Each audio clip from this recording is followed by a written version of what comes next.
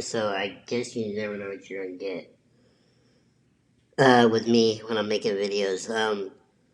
Because I'm gonna skip around to something that might seem random, but I want to talk about mastering today.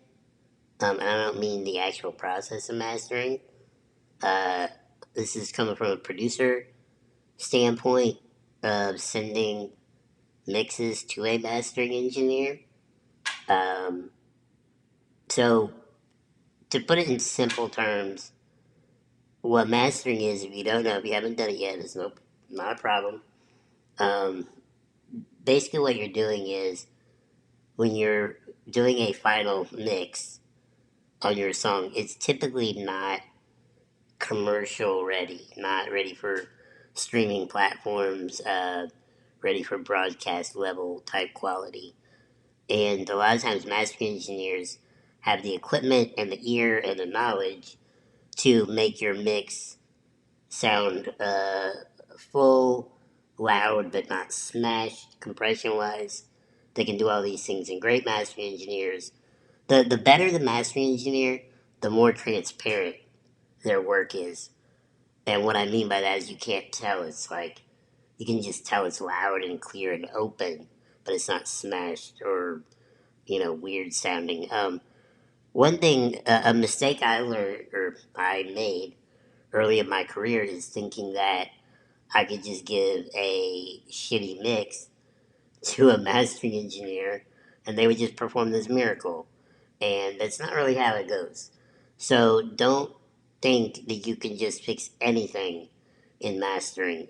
It's always best to get your best mix possible. Get it close to sounding good. So here's what I'm going to say. And I'll try to break it down as much as I can. I didn't make notes, so forgive me. I'm a little scatterbrained sometimes. But here's what I do.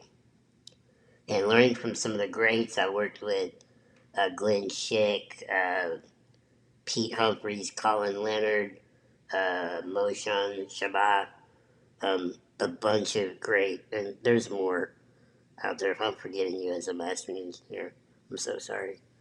But there's some really great ones out there. Also, there's automated mastering online, which is pretty good.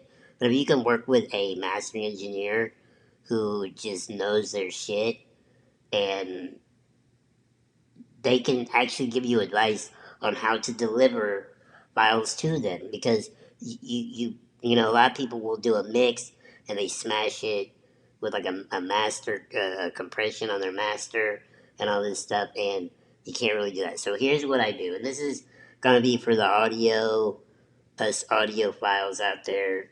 So if I sound like I'm speaking a foreign language, I'm sorry, but for those who understand will understand. So I just delivered some songs to mastering last week. And what I do is when I mix, I put my master fader up to +6. Now that sounds weird and people be like, oh, you're peaking it out. No. The point is, because we like to listen to things loud, it's just a tendency. They sound better loud because the frequencies even out the louder it gets. So what I do is I pump it up to +6 because then when you mix, you're mixing more.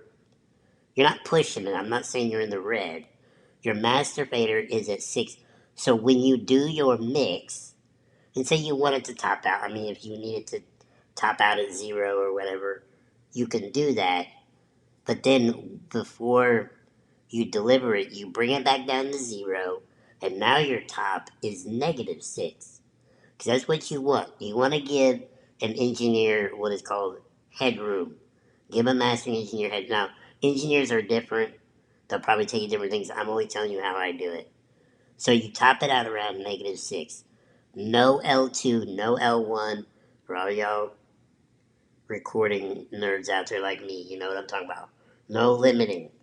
Don't do that because you're messing with your dynamics. Let the mastering engineer do that. Now you can have dynamic. Obviously, you have dynamics on your drums or limiters, compressors on all your mix. But overall, on the master, don't do it, and have it top out around -6. And then what you do here's 4 things you deliver to your mastering engineer. Also, in the highest bit rate possible. Whatever you're recording in, I guarantee they can handle it. So if you're in 24 bit, 96K, or if you're in 24 bit, 44, even if you're in 1644, whatever bit rate you're working in, it is what it is. Send the highest bit rate you can to your mastering engineer and give them typically what I do, and we just do this as standard. So you don't have to do this later. You don't want to have to go back and the worst thing that can happen is, say if I mix a song for a client and they need a instrumental or something later, and you're like, oh yeah, let me dig up that session. No, while you're mixing, when you're printing your pre-masters, we call them pre-masters. When you're printing your pre-masters, print out these four versions. This is what we, at least in my camp, this is what we do. Full, acapella, means vocals only. So deactivate your music tracks. Don't just mute them, deactivate them. You do an instrumental, so deactivate your vocals. And then we do what's used to be called, it's called a TV track. You can call it a performance track, whatever you want to call it. It's called different things. But what it commonly is imagine if that artist is going to do a show and needs a backing track. What do they want in there? What do they not? And every artist is different. I've worked with artists that want me to take the lead vocal out. I've had artists that want me to take all the leads, like no ad libs, no anything. I had artists that wanted to keep, oh, maybe they have a double. They're like, leave my double in, but pull it back. Whatever they, however they work best. But print out all these passes. So now you have four passes. You have a master, the full acapella instrumental TV. And now, obviously, you're depending on the mastering engineer, you may have to pay more. But you have these four versions, and once they master the main pass, it's pretty simple to run the other passes through the same process. So basically, you have four masters, which is great because a lot of times when you get TV placements, they're going to need an instrumental and an acapella, so they can shift around whatever parts they want. Um, so that's what you do. You deliver those to them, and and there you go. You obviously, like I said, you have to deliver a good mix from the top to get a great master. Now, some mastering engineers are really great, and they really can pull some things out of mixes. I've had some what I thought were mediocre mixes come out really great, and great mastering engineers can do that. And by the way, just so you know, too, to kind of cap this up, the reason for mastering is to level things out uh, competitively amongst other music. So, say if you have a song that's on Spotify and your song is playing on a playlist, you don't want your song to be the one where it's like, you have all this energy, whatever you want to call it, going, and then your song comes up and it's quiet, and maybe it doesn't feel as full, and you're like, and then it's just a natural tendency to see that as not as high quality. So if your mix is good, your mastering engineer is great, and they can kind of bump up everything and kind of it's really like a polish. You're basically polishing, And the cool thing about it, and this will really be my last note on here, is this. And what I do is, like I'm mastering I'm having a project mastered right now, and the thing that I did was we had a single come out, and the single was already mastered by this person, and it sounds so good. So we said back everything up against that. So meaning that's the standard, and great mastering engineers can do that.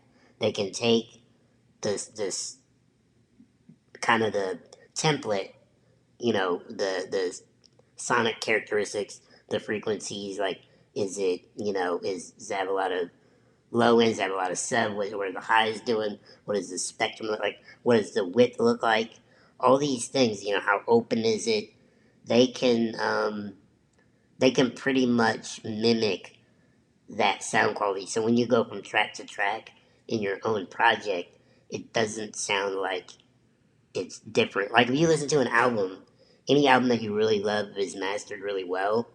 It just sounds like one piece. It's basically like a mix. It's like how do you get everything to sit together? So you're getting each track through the album to sit together. So it sounds like it belongs. And isn't that what we all want? We just want to belong on that CD. Did I say CD? Might make it CDs now. What am I talking about? You know what I mean. Show y'all how old I am. When I started, all this stuff was on CDs, you kids, and your streaming and shit.